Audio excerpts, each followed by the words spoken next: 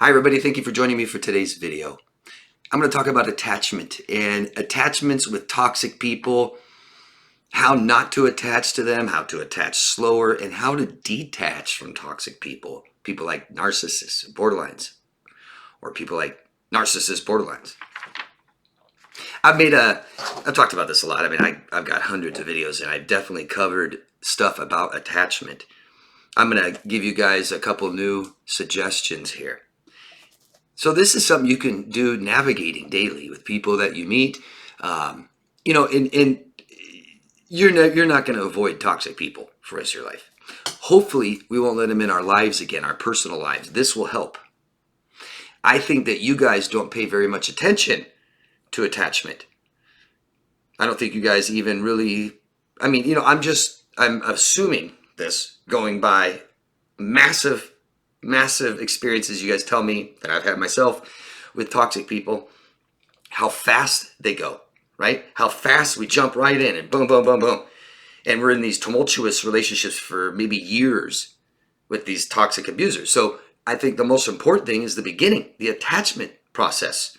We need to be aware of what's going on, that we will attach to people. I promise you, I can get someone to attach to anybody else I want. You don't have to like them. They can smell bad and you'll still attach to them. Imagine if I put you in a little tiny office where you had to work with someone else that you can't stand. Think about it when we're kids. You can't get along with someone. They put you in a room together, right? Or siblings. They force you to get along and eventually you will. If I put you in an office with someone you can't stand, and you don't interact with any other employees, no customers, and you work 80, 90 hours a week, you have time to go home, go to bed, come back to work, and that's about it, you will attach to this person eventually, and you'll be upset if they drop dead, have a heart attack, okay? We need to be careful of attachment. It's something we have some control over. We do. And like I said, I've covered a lot of this before. I'm just going to simply go over some ways that we attach fast. And then I'll go over ways that we don't. Yeah. But there's something very important to remember. As you meet people, there's two kinds when it comes to relationships, period. There's the people that attach fast and there's the people that attach slowly. What this means is there's people that want short-term relationships and there's people that want long-term relationships, right? I don't care how old you are. We have to assume we have many years left of our life. And so what's the rush? There's more to a relationship than the physical things that we do, like date and have sex and commit and get married and have children. There's emotional. And when we do these physical things, boom, boom, boom, boom, boom, then what is there left to do? Because these things that we do, these milestones like marriage and children, is a development. It's a progressive evolvement of your relationship. And you can't do that. Boom, boom, boom, boom, boom. So that's been our problem, hasn't it? We attach too fast. If you guys took your time to get to know who your toxic abuser was before you commit, isn't that the idea? To take our time? I've gone over values. Values have to be the same. And none of you guys dated somebody where values matched. So right there, we need to make sure that our values match. That takes time. Oh, they said this. They said that. They said this. Can I borrow $1 million? I'll pay you back next week. I said it. But you won't give me money, will you? You won't give me 10 grand, 5 grand, a grand, $1,000, $500, $100. You give me $100, I'll pay you back next week. You probably will. I shouldn't. That's a bad example. People want long-term or short-term, and they'll show it right away. They'll show it right away. That was a beautiful date. Let's go out tomorrow night. And they call you and text you in the morning. Good morning. What are we doing? I don't know you. Attaching to strangers should be scary. It was. You ignored it. You cared more about what you thought about someone than how it made you feel. This made you nervous. This showed you red flags. But I think they're great. The ways that we attach fast, all the things you guys did, is things like sex too fast. Come to my house. Go to your house. Let's meet my kids. Let me meet your kids. Let's meet my family. Let's text and talk all the time, every day. Good morning, good morning, good morning. Good night, good night, good night. How was your day? Oh, good. Stop communicating only by face to face. Text is, I'm running a little late. I'll be there in a few minutes. That's it. That's what a text message is for, guys. Not, I love you and I can't wait. What do you want to do? What's our plans for 5 years and 10 years from now? Oh my God, you know what? I was traumatized when I was a kid? Text message. And that's another one. We don't talk about trauma. We don't make plans. Yeah? We don't say I love you. Even if you feel it. Why are you saying it so fast? Jesus. Jesus. And what's more uncomfortable than someone you just met says I love you. And you're like, what do you do? I love you too. That's what you guys did, isn't it? Tell people everything. Oh, I'm an open book. That is a red flag. Just to let you know, by the way, guys. All of you. Because all of you are just so proud to be an open book. That's great. You're all perfect targets for psychopaths. Do you want to change that? Stop telling people shit. Stop with it. If you need to talk about something, about your past, how you feel, go to somebody that you are already familiar with, already committed to, friend, family, lover, and they're not toxic. Your values match. Then you can start telling them. So here is how we attach slowly. Real quick, we do things like, I'm not going to talk to you for a while. You're not going to text me. This was a great date. It's Saturday night. Let's go out in 2 Saturdays, a week from next Saturday. Things like this. And then I talk about power in a relationship. One can't pay for the other. Even if you like it, even if you have the money, even if you don't care, you're giving them all the power, and people with power are awful, especially toxic. A healthy person wouldn't accept it. It's a good test.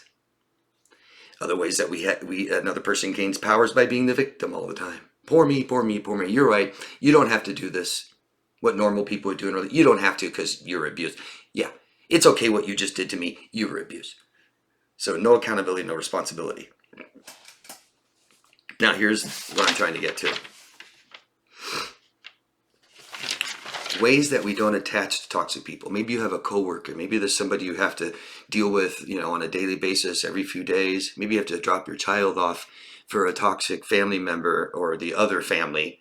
The child's parents' family has to watch them and they're toxic, and you have to deal with them still for a while until you get a babysitter. Things like this. You see, you're not going to avoid toxic people forever. Don't think that. You can keep them out of your life.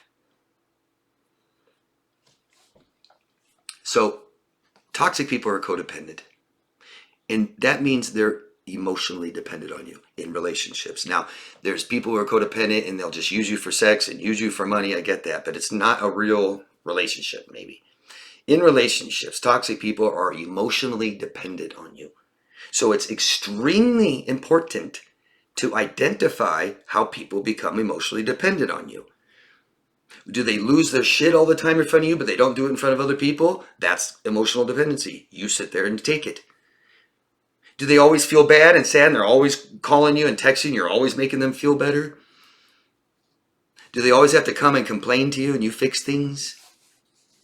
This is codependency, and it's good to identify this because it's good to know how a toxic person is dependent on you. So if you're in a relationship now and you want to detach from somebody, understand how they're emotionally dependent on you. No emotional reaction. This is how we start to detach, and this is how we keep attachment. Stop attachment from people. We should go slow anyway. We do not have to emotionally react to other people, by the way. I know you guys are so proud to be empaths. What does that really mean to you? Sociopaths have empathy. So you just have this massive abundance of empathy. You just know how everybody feels and you feel the same with them. Not good, not boundaries, no emotional boundaries. Do you see how someone who's emotionally dependent on others and relies on others all the time, always looking for other people to help them feel better, and then you don't do that? When someone tells you about trauma and you just say, I'm sorry, and they tell you something great and you say, that's good. That's it. No emotional reaction. You don't need to say anything else. I used to think that. I used to help customers in my 20s. I had jobs where I would deal with customers a lot. And, people get intimate. Even customers, they'll start telling you about their personal lives, and then they'll come in and one just lost their dog and they're crying, and I start crying with them. Oh God, that's so sad. And then one's all happy and excited. I get all happy, excited with them. By the other day, I'm completely drained. What am I doing? These are strangers. Why do I need to emotionally react to them? And I stopped doing it. Then when people had something horrible in their lives, I don't want to feel that. Yuck. I just go, oh man, and don't get me wrong, still today, someone tells you something horrible and my stomach might stink a little bit, but I just go, I'm sorry. I don't want to fix it. I don't need to react for them or with them. That's sympathy. So no emotional reaction. Know who you are. Know these 5 parts of you, who you are. Need, want, feel, value, and believe. And try not to let people come along and change you. Don't let people come along and tell you what you need or only give you what they think you need. Don't let people tell you you don't want that, you want this. Don't let people tell you you don't value this, you value that, right? And don't let people come along and change how you feel so easy. Try to have some governance over your own emotions.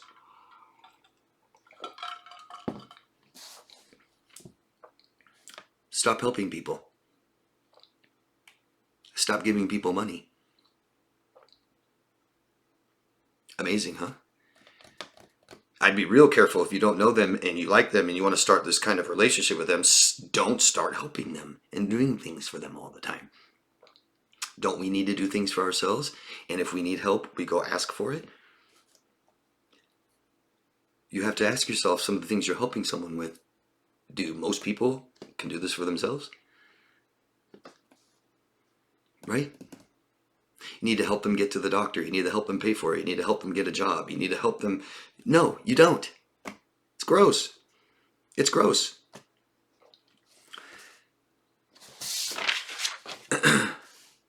So, here's some of my best advice for this. This is major boundaries. Okay? Major emotional boundaries. This will help you immensely with people that you just meet, with people that you have new relationships with, and toxic people you want to detach from and not attach to. Only talk about the present. Only talk about the present and pretty much what's in front of you. Talk about your house. Talk about, if you're in the house, whatever house you're in, talk about the job that you're at. Talk about the weather. Talk about what's going on in your city, in your country, in the world. Yeah. Don't talk about the past or the future. Stop. And when I tell people this, like clients, I say, well, David, how am I going to get to know someone if I don't know their past? Are we our past? All our failures and mistakes and where we've come from and learned and changed and grow and evolved and developed, aren't we who we are today, not our past? I don't judge people for their past. Do you guys? I hope not. Because whenever you judge other people, you're judging yourself, really. And we all have a past. We all make mistakes and we've all failed, done things that didn't best say who we are. And how do we move on and grow from that if we judge other people for their past? So that's not who they are. Who are they today? That's what's important. Not what happened to them in their childhood. Not what some past boyfriend or girlfriend did to them. And we certainly aren't who we are right now about anything tomorrow or in 10 years or in 20. That's not who we are. We are who we are now. We don't judge people for the past. We hold them accountable for who they show us they are today, right? So stop talking about the past because it's not good with toxic people. It doesn't even matter if they're telling you happy, nice things. Stop talking about their children. Stop talking about when they were children. Stop talking about their family members, their experiences. Who gives a shit? I don't even know you. I don't give a shit what happened to you when you were 14. I don't care. And why are you telling me? That's toxic. Tell a therapist, oh, you're healed from it. Why are you bringing it up? Don't talk about the past. All the great things they did. All the trauma they've been through. All these fucking people you don't know and you'll never meet and don't care. What is the point? Don't talk about the future. Oh, I want to do this. I wish I could do this. Let's get married. Let's start a business. Let's get a house together. What kind of kids do you want? Do you want boys, girls? How many kids do you want?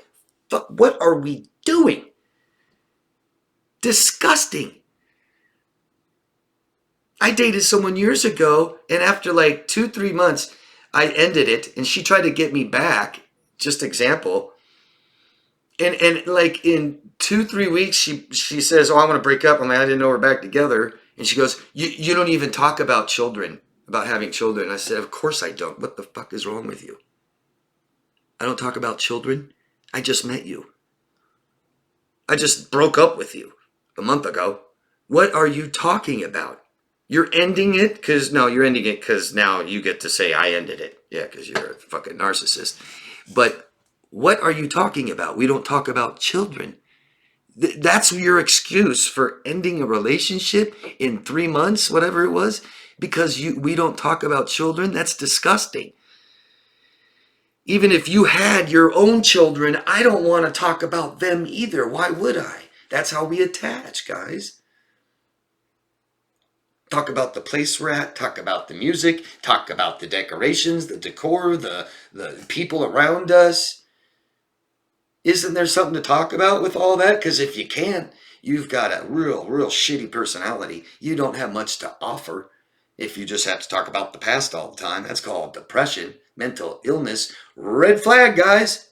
Red flags. People just keep bringing up the past and want to talk about the future and plan, future faking, future planning. Disgusting. Is there something wrong with where we're at right now and who I am right now that you want to talk about other people and other places and other times? Here, now, me, you. I can't think of a bigger red flag, right? Oh my God, hey, when I was 5 years old, I was sexually molested. Oh, that's fucking great. I just want to know what you want for dessert. You'll see this, you've seen it. Please share your examples if you can remember the beginnings of your relationships with people you just met and all the shit they tell you about the past and the future. What's wrong with here and now? If I'm sitting with a girl that I just met, a woman, sorry, and I'm taking her out to dinner and she wants to talk about people I don't know and her past and shit, fun. I don't know what you're talking about. I wasn't there. I don't know them. That was years ago. What are we doing? How was your dinner? Isn't the music lovely? Did you see the waiter's, booger hanging out of his nose? What are we doing? That's it. It's simple.